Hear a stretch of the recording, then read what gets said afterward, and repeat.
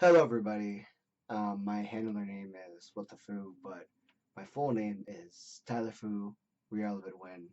That's a long mess for another video. But in light of news across the internet and across a lot of spectrums, this is a bit of something that can't be ignored, cannot be pushed away, cannot be covered by a simple game or a book cover or derogatory messages. This is just a matter of fact. I would like to believe a good number of people, a good number of you, understand what the word respect means and what that entices. And I can't be the one that, and I may feel like I'm not the one to speak about this because there's been instances, there's been people who can say that I've been inhuman or if I've been derogatory for unjust means. There are times where I see people interact with each other and it's a basic human right of respect. A good majority of times, if you try to make even like a conversation with a person, like a coworker, a friend, or even a new acquaintance that you just met within the first 5 minutes, they deserve a level of respect that we innately want.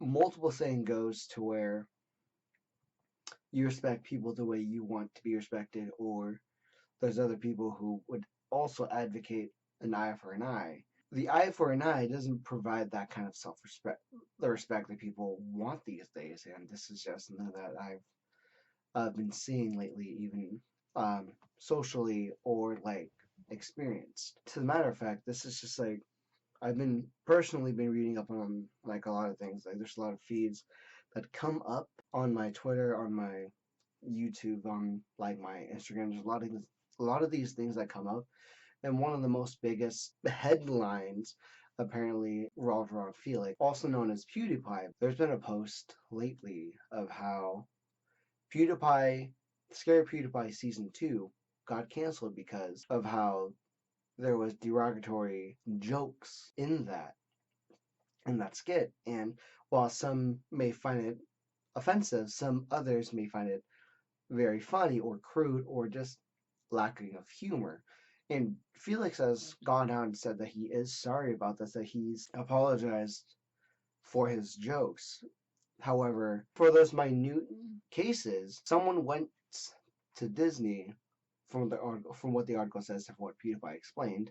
From what he explained, I'll link his response in the video in the link down below, in the description below. People brought up like excerpts of Felix and used it as proof that he was anti-Semitist, that he was a neo-Nazi.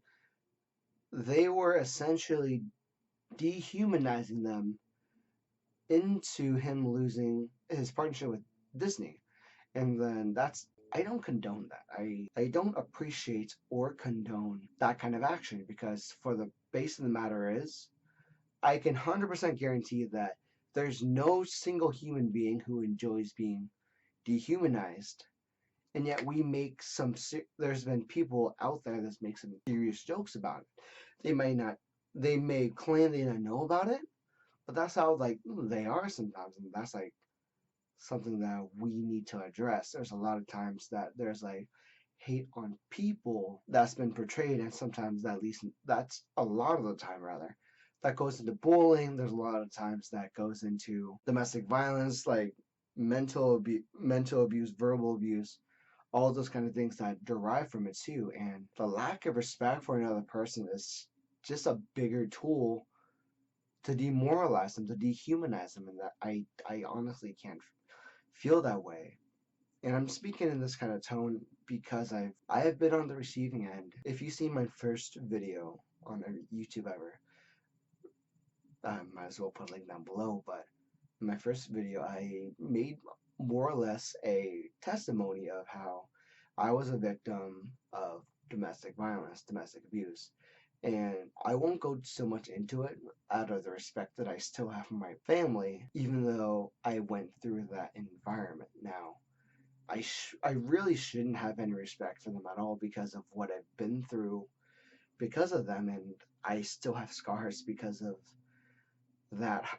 Being dehumanized is a scary thought. It's scary, and at the same time, we see it around us every day. Like there's been enough people that you see making dehumanizing jokes or like rude and unnecessary jokes. People at the workplace, there's a difference. There's a difference between not liking someone but still respecting them to let them do their job and let them do what they want or what they have to do, or just straight up bullying on them. And that's something that you can see very often. Like people think that they're on their high horse because of like a social status, because they don't care what people think. Oh, I called out on that. If you don't care what people think about you, if because you think like that, that doesn't give you a right to like to say these kind of things. I will step up. I will stand up for anyone. There's been times I've seen where an older generation conflicts with a new generation's like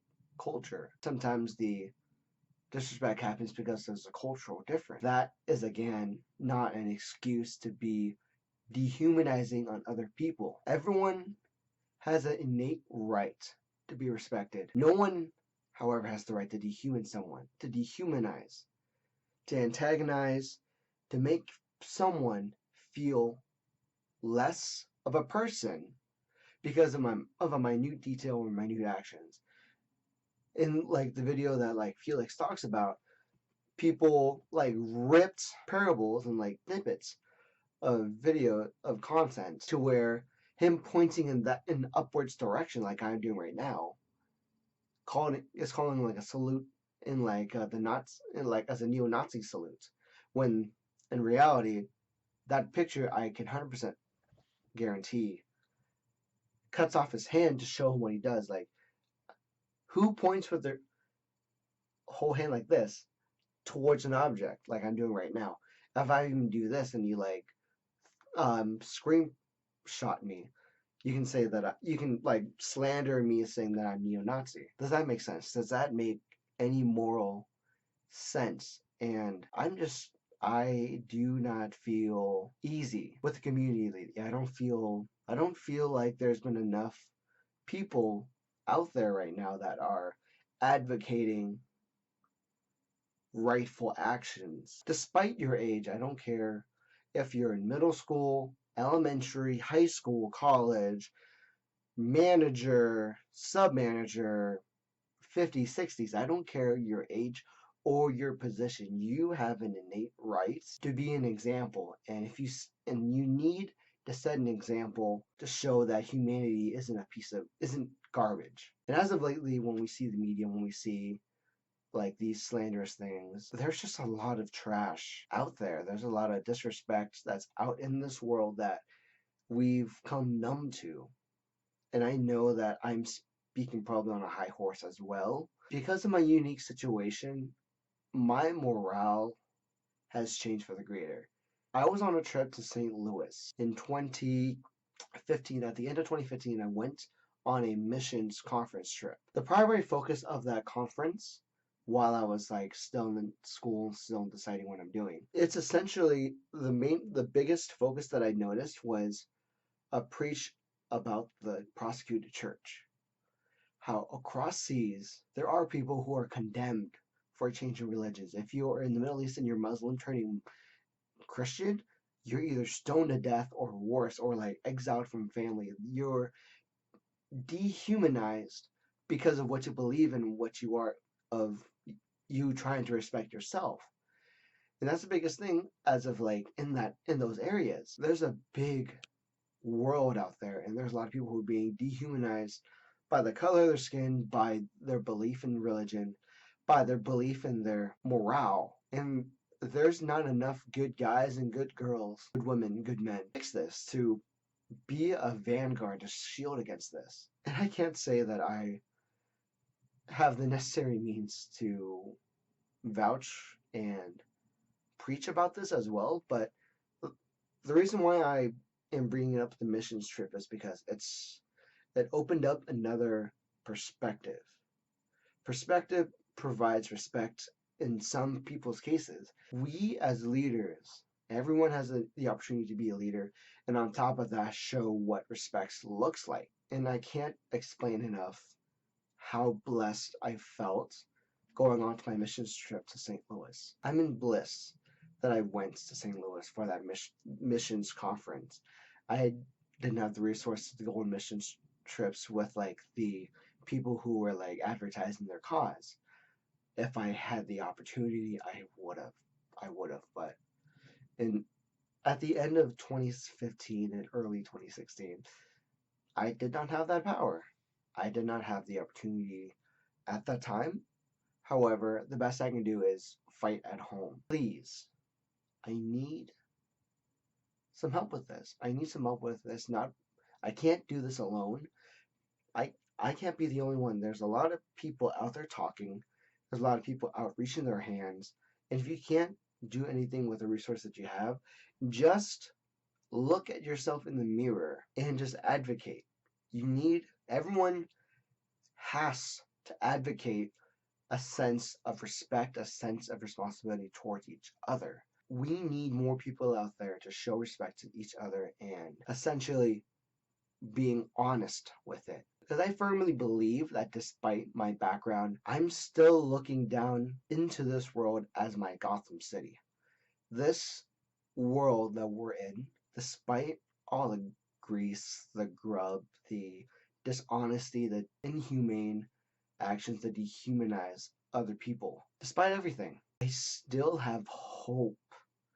I have hope that there's a good amount of people trying to spread like a sense of morale to everyone else. I have the highest hope that people can change.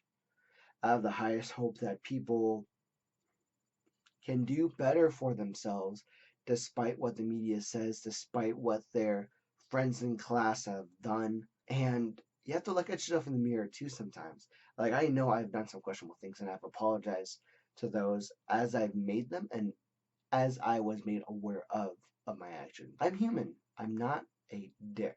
I'm human and I fully am aware that the world is not pretty, but I have the absolute hope that we can make this world a better place, and it's up to us, from the leaders in grade school to the leaders in the bureaucrat offices. We have a chance to advocate, to demonstrate, and to keep hope and faith in each other and show each other what kind of respect that we each deserve.